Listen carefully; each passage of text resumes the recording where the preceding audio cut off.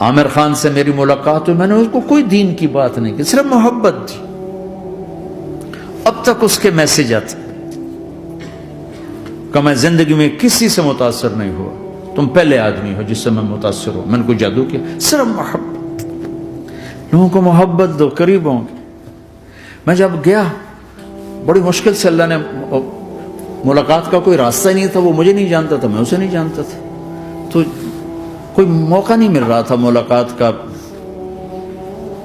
تو اللہ نے شاہد آفریدی کو بھیج دیا. شاہد آفریدی اس کی دوستی تھی، ہمارا جو کرکٹر ہے. میں نے اس سے فون پر کہا یار میری ملاقات تو کروا. اس نے ملاقات کروائی. تو اس نے مجھے کہا آدھا گھنٹہ ہے، آدھا گھنٹہ. جب میں پہنچا میکسیمم پونا گھنٹہ. ٹھیک. میں گیا تو وہ سہما ہوا چہرہ کہ بھئی مولانا آ گیا، پتہ نہیں کیا کہیں گے، بھئی یہ تو کیا کر رہا ہے، تو حرام کر رہا ہے، ناچ رہا ہے، گا رہا ہے، توبہ کر، ابھی تیرے لیے دوزخ کا فیصلہ ہو جائے. پتہ نہیں کیا ہوگا، وہ ڈرا ہوا سہما ہوا تھا. تو میرا ایک دور کالج لائف تھا. میرے اللہ نے مجھے ہدایت دی اور میں 3 دن کے لیے میں اس دوست کو، اس کی نسلوں کو دعائیں دیتا ہوں جو مجھے زبردستی پکڑ کے لے گیا. نہ میرا تبلیغ سے کوئی تعلق، نہ واسطہ، نہ میں کوئی ان سے متاثر. تو اللہ نے مجھے اس طرف لگا دیا. اور جب میری کالج لائف، میں نے کالج کا بہترین سنگر تھا، اسکول کا بہترین، یہ جنید جمشید کیا ہے جو اس زمانے میں یہ سارا کو اٹھایا میں نے سارا کیا ہے. تو اب وہ بیچارہ ایسے بیٹھا ہوا.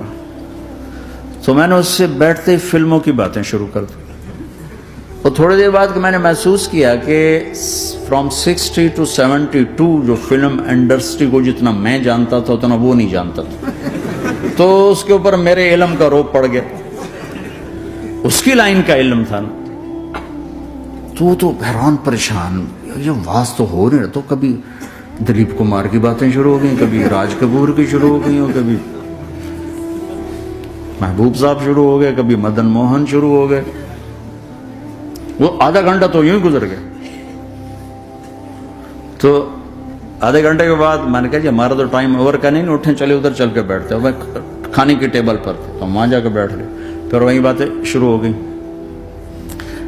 جب اس کا سارا خوف دور ہو گیا اور ریلیکس ہو گیا، اس میں پونے گھنٹے سے 50 منٹ گزر گئے تھے.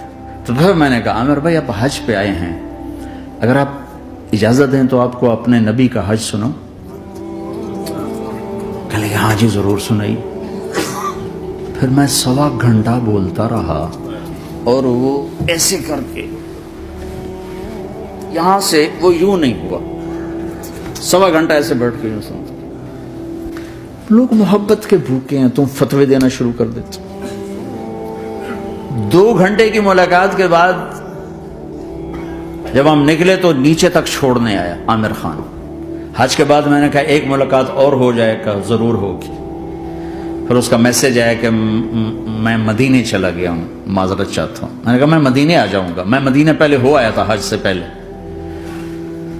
تو اس نے کہا کہ آپ 14 تاریخ کو آ جائیں، 4 سے 6 کا ٹائم میں نے آپ کے لیے رکھا ہے.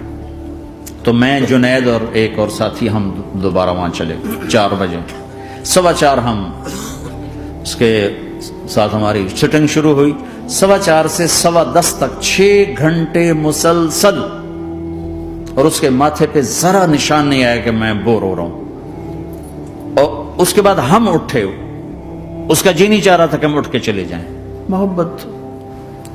پھر ایک امتحان پڑ گیا. میں اجتماع میں تھا پرائمٹ کے پچھلے سال. اس کا میسج آ کہ میری فلم تلاش آ رہی، اس کی کامیابی کی دعا کرو. اے چنگی بات. میں کہا اب کیا کروں؟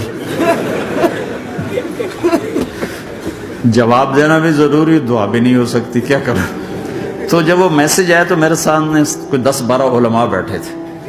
میں نے کہا بھائی یہ میسج ہے، اس کا جواب. کہا جی یہ ہمارا فیلڈ نہیں تمہارا ہے، تو ہی جواب دے. میں سارا دن سوچتا رہا، مجھے کوئی جواب سمجھ میں نہیں آیا کہ جان بھی بچ جائے، جواب بھی چلا جائے. پھر اگلا دن بھی گزر گیا، مجھے کچھ سمجھ میں نہیں آیا. میں عصر کا وضو کر رہا تھا، ایک دم اللہ نے ایک مضمون دل میں ڈالا. تو میں نے فوراً بیٹھ کے اس کو میسج کیا کہ عامر بھائی جو کریٹو ہوتا ہے نا ذہن، یہ اللہ کسی کسی کو دیتا ہے. تخلیقی ذہن یہ اللہ تعالیٰ کسی کسی کو دیتا ہے، ہر ایک کو نہیں دیتا. اور یہ اللہ کی بہت بڑی عطا ہوتی ہے.